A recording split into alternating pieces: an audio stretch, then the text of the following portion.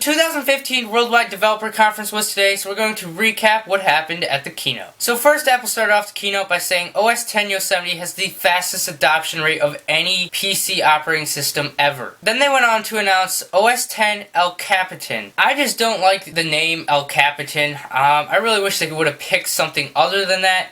But whatever, it is what it is. So OS X El Capitan has improved Spotlight search, so you can search things like, documents I worked on last week, documents I worked on last June, and it will pull up those documents and things like that. They also made it extremely easy to find the cursor, which is great if you have multiple displays. So basically, when you shake the mouse around, or if you're moving your fingers across the trackpad trying to find it, it gets bigger and a lot bigger, so it's extremely easy to find.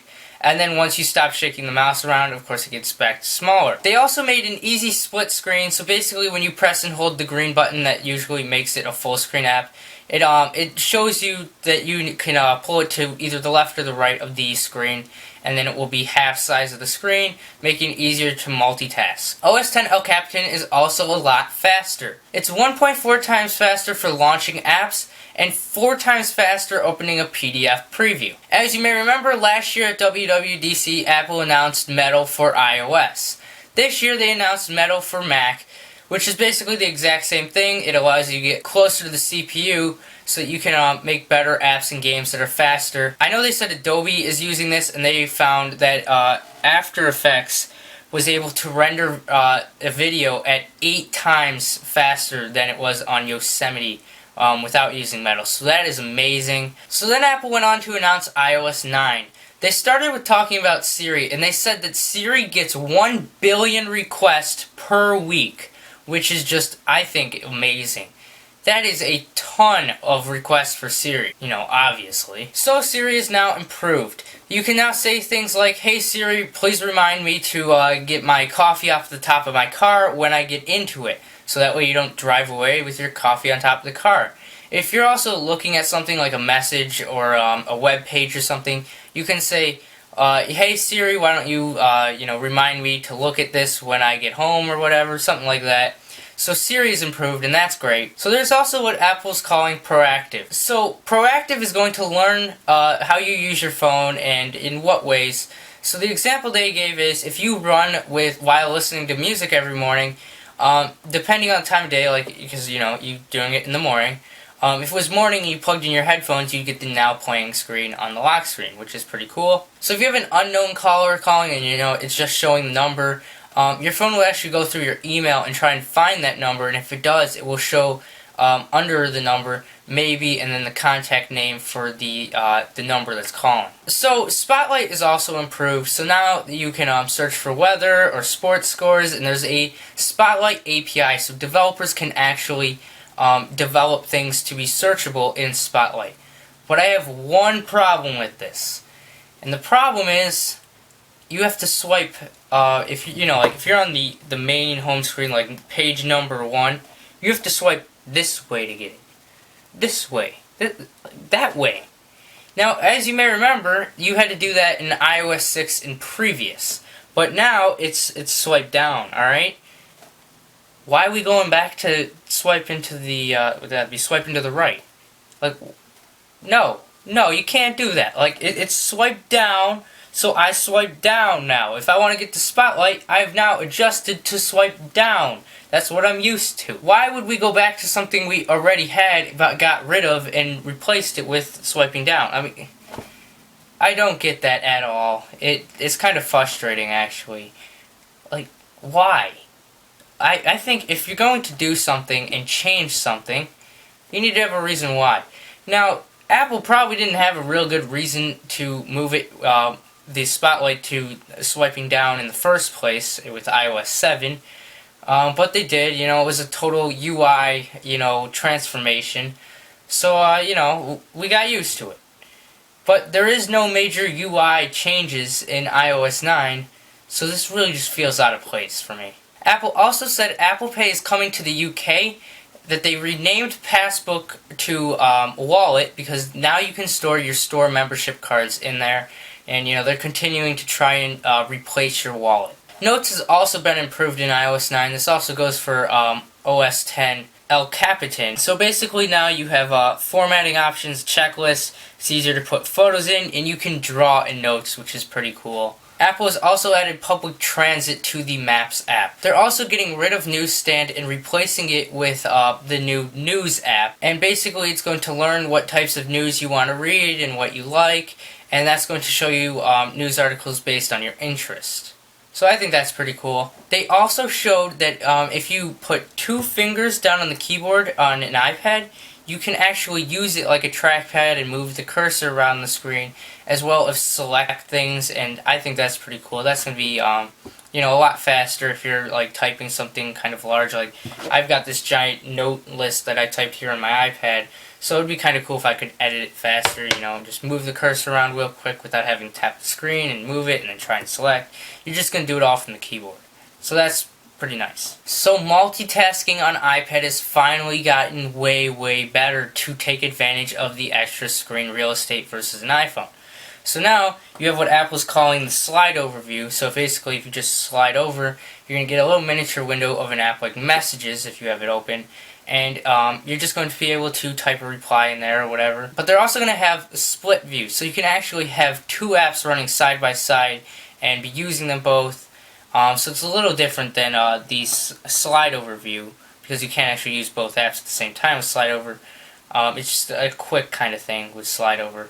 And my favorite part, what Apple's calling picture in picture. So if you're watching a video and you press the home button, that video is just going to get smaller, and you're going to be able to do whatever you want. And you can, you know, resize it, and you can, you know, push it off to the side if you just want to hear the audio. But I think that is really awesome, and I can't wait for that feature. Now, because iOS 9 is more optimized, Apple said you can get 1 extra hour of battery life out of your iPhone with normal usage, which is obviously amazing. They also added a power saving, what they're calling low power mode, so you can actually get an extra 3 hours battery life if you're using that, and it basically turns off things like mail, you know, fetching and checking, and a bunch of other things to try and save battery. I really don't think I'm going to be using that feature because I like to have all my things updating and frequently. Plus, I don't want to sacrifice performance in order to get better battery life. I would take better performance any day. There are also a few new APIs for developers. One of them is called the Replay Kit. So basically it makes it easier for developers to allow users to record videos of their gameplay and make it easy for sharing them. Apple also said that the iOS 8 over-the-air update was 4.6 gigs, and they have actually gotten it down with iOS 9 to 1.3 gigs, which is great for us 16 gig iPhone users. 16 gigs for the win! They also announced Swift 2, which has many improvements, and hang on. Make sure you're sitting down. This might blow your mind. I know it did for me. Swift is going to be open source. This is amazing. You can now take Swift and you can, run it on other platforms. You can make changes to it. That's just open source. I did not see that coming, and that's going to be great for developers and programmers everywhere. Apple also said all devices that run iOS 8 will run iOS 9, so no devices got dropped this year, which is great. The App Store passed 100 billion downloads, and $30 billion have been paid out to developers, and that is after Apple takes their 30% of the money developers make. So that is really amazing. Apple also announced watchOS 2 with native app support, which is going to allow app developers to take advantage of the sensors like the heart rate sensor, and you will be able to use apps even when your iPhone is not connected to your watch. Apple also added some new photo watch faces, so you can use your own custom photos with some time lapses from Apple as a watch face. And this is going to be great. Third-party complications for the Apple Watch. Apple is also going to be showing future complication info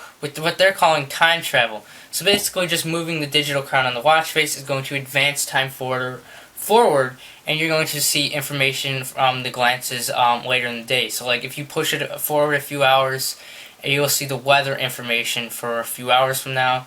So that's pretty cool. I think that's going to be pretty handy. They also have a nightstand mode for the Apple Watch. So basically you plug it in and it's on its side, and you can see the time, and you can easily turn off an alarm in the morning, and I think that is a really cool and clever idea that I will definitely be using for my Apple Watch. You can also now send digital touches with multiple colors, so that's going to be pretty cool for drawing, Their example was like a flower and they had it all colorful and stuff, so this is a nice improvement. You can now reply to emails on your Apple Watch with watchOS 2. I really couldn't understand why it wasn't there in watchOS 1. That was one of the first things I noticed when I started getting the mail notifications, and it just didn't make a whole lot of sense, so I'm glad to see that implemented into watchOS 2. Now this one looked really cool. You will now see your Apple Watch achievements will have your name on the back of them. So like when they're animating around, you'll see your name on the back. I think that's pretty cool. That was nice. That's a nice improvement. You can also now ask Siri to pull up a glance on your Apple Watch, even if you don't have it turned on, to actually see when you swipe up on the watch face. So that's pretty nice. Developers are also going to be getting access to the microphone, the speaker, and the Taptic engine on the Apple Watch, so they're going to be able to make some really nice apps with taps and sound, and they can use sound that you record, so that's pretty cool. Apple Music. Apple also went on to announce Apple Music. Apple Music is what, in Apple's own words, all the ways you love music all in one place. So Apple Music is a revolutionary music service. It's going to have 24/7 global radio, and it's going to be connecting fans with artists and vice versa. It's going to make it easy for both the artist and the fan to connect with the artist or something like that. So this is going to be Apple's music streaming service, and there will be a 3-month free trial, which I think is pretty cool because free trials are usually like 30 days, so Apple's giving you 90 days, so that's awesome. But after that, Apple Music will be $9.99 or $14.99 for families, and that will give you up to 6 different accounts because it's a family. Apple Music will be coming on June 30th with iOS 8.4, new iTunes versions for both Mac and PC, as well as it's coming to Android. So that's kind of cool and was unexpected. Okay, so that's the WWDC recap. Thanks for watching. Please remember to subscribe, like, comment, and share this video.